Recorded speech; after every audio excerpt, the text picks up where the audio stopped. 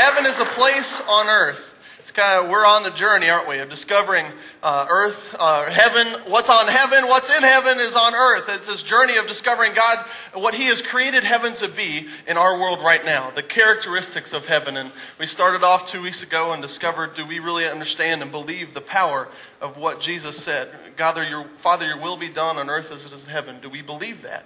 And we are in it together, that we do it together. And this week we move on.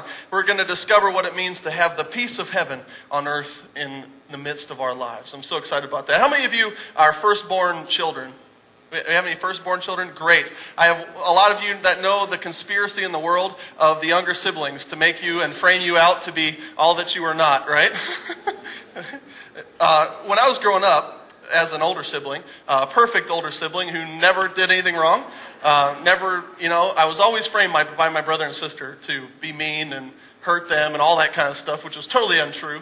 But anyway, on some occasions in our life, my parents would be gone and we'd be at home and some things would happen, and that justified my anger.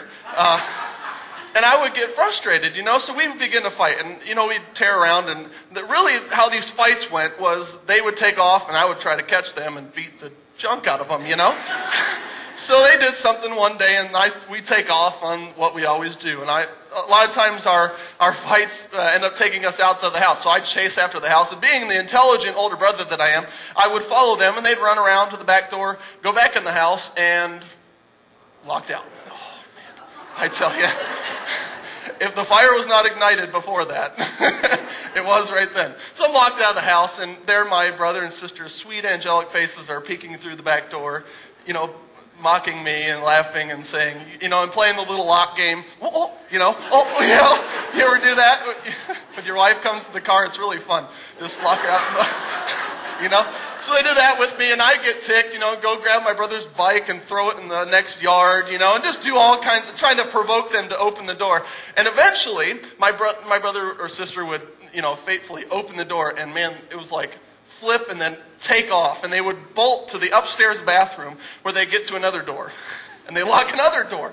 And, I began to think about how those locked doors were playing the role of peace in our relationship. Peace in those times was the locked door. Because with those locked doors came the absence of conflict. Now, if you unlock the door, then all of a sudden, peace was not there anymore, right?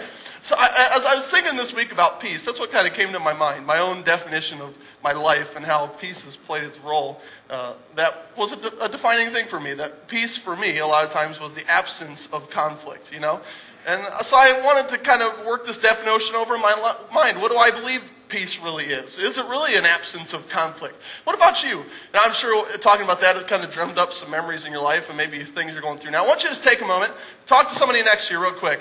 If you know them or not, that may make you uncomfortable. Sorry about that. But I want you to talk to somebody next to you and tell them what you think of when you think of peace. Real quick, 30 seconds. Ready? Go. What do you think of when you think of peace?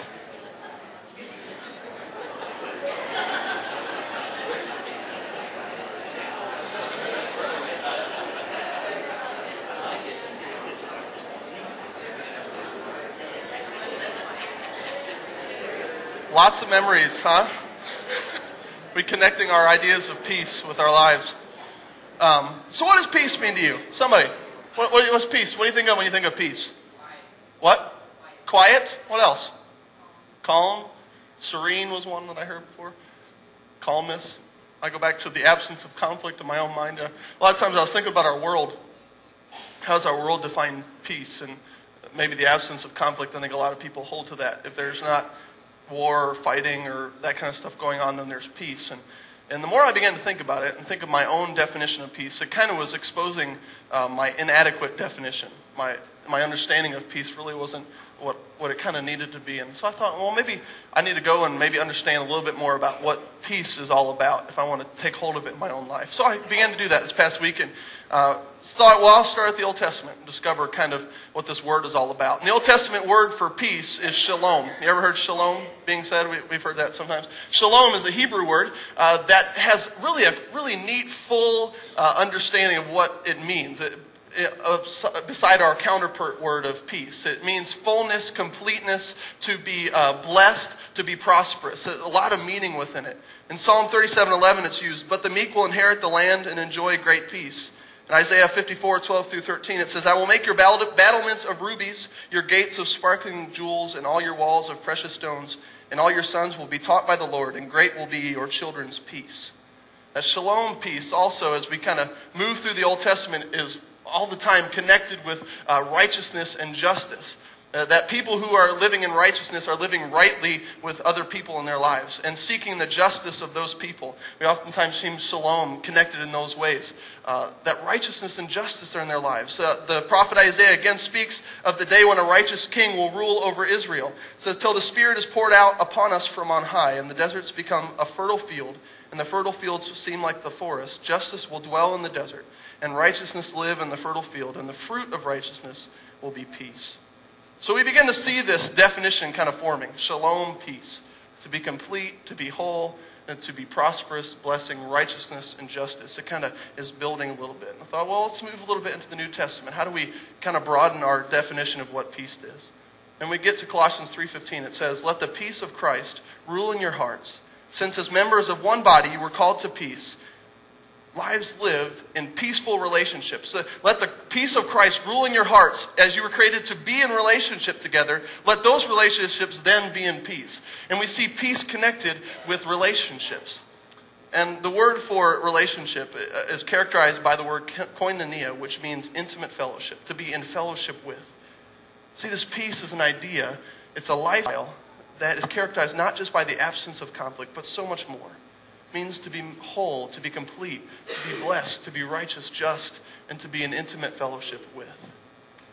And the more I thought about it, I thought, this peace is foundational to our relationship with God and our relationship with others. As I saw this definition kind of unfolding before me, I thought, do I really believe that on earth as it is in heaven, that God's kingdom would be here and now? Do I really believe the power of that? And do I really believe that the peace, this shalom peace, this completeness, blessing, justice, righteousness, and intimate fellowship, this peace that is from heaven should be here on earth with me? Do I really believe the power of that in my lives? And we can look back today at the words of Jesus as he sat on a hill and before he was beginning to preach to a multitude of people. And I like to envision this stuff in my head sometimes and think, as he's standing there getting ready to share with all these folks what it is to live a life that he has created them for. I can see him staring out thousands of years ago and maybe even looking through time and seeing me here today and seeing you here today and saying, this is what it means to live in peace. On the back of your bulletin is our kind of theme passage for today in Matthew. It says, blessed are the peacemakers, for they shall be called sons of God. Blessed are the peacemakers, for they will be known, they will be marked, they will be set apart as my people. And that's God's desire for you and me today and for all humanity, is to be peacemakers, to be living in peace. And I think, well, that's easy enough. I can do peace, I could be at peace with other people. And then I go home and I flip on the news and what do I see? I don't see a whole lot of peace going on all the time. Or I think about my own life. That's kind of scary. I had to do that this week. And is there a lot of peace going on inside of me? And maybe questions a lot of us have. Why is life so hard all the time? And why do things not go the way they should? And why does it feel chaotic? And where is something just doesn't seem right a lot of times, So that things are just kind of off sometimes in my life and not the way they should be. And that's because something happened in our relationship with God thousands and thousands of years ago when Adam and Eve were here. God created Adam and Eve and Eden to be a perfect place of connection in a peaceful relationship with them. And then sin entered the world, and that peaceful relationship was separated. It was severed. There was no longer that peaceful relationship between God and them. And from then on, God knew that. He knew that his people were going to be separated from this peaceful relationship with him. And he set a plan into place. And my journey to shalom peace is beginning with that long, lonely, dusty road that Jesus walked. As he carried the burden of not only a cross on his shoulders, but my sin today, my sin next week, and my sin last week, and your sin upon his shoulders. As he was spit upon, he was ridiculed, and he suffered for you and for me.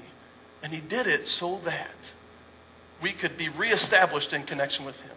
So that we could reestablish our peace connection with God. You want to experience the peace of heaven here on earth right now? First, you got to reacquaint yourself with your Savior, Jesus.